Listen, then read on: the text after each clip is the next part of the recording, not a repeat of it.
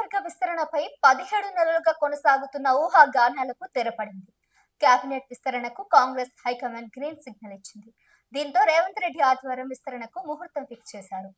తెలంగాణ మంత్రివర్గ విస్తరణ సస్పెక్షన్ కు ఈ రోజు తెరపడిందని చెప్పాలి. చాలా కాలంగా మంత్రివర్గ విస్తరణపై ఊహాగానాలు వినిపిస్తున్న సందర్భంలో ఒక్కొక్కరిలో ఉత్కంఠ మొదలైంది. ప్రస్తుతం 6 మంత్రి పదవులు ఖాళీగా ఉండగా ఈ దఫా ముగ్గురికి ఛాన్స్ ఇచ్చారు. మంత్రి కొండా సురేఖను మంత్రివర్గం నుంచి తొలగిస్తారనే ప్రచారం బాగా సాగిన విషయం మనందరికీ తెలిసిందే. కాంగ్రెస్ అనుకూల సోషల్ మీడియా గ్రూపుల్లోనే ఈ వార్త ఎక్కువగా వైరల్ అయింది.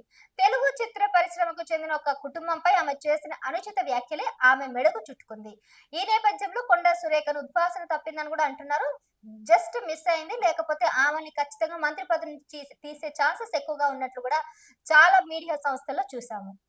మాదిగ సామాజిక వర్గానికి చెందిన కాంగ్రెస్ ఎమ్మెల్యేలు శనివారం సాయంత్రం ముఖ్యమంత్రి రేవంత్ రెడ్డిని జూబ్లీ హిల్స్ లోని ఆయన నివాసంలో కలిశారు. తమ సామాజిక వర్గానికి చెందిన ఎమ్మెల్యేలకు మంత్రివర్గంలో స్థానం కల్పించాలని విజ్ఞప్తి చేశారు.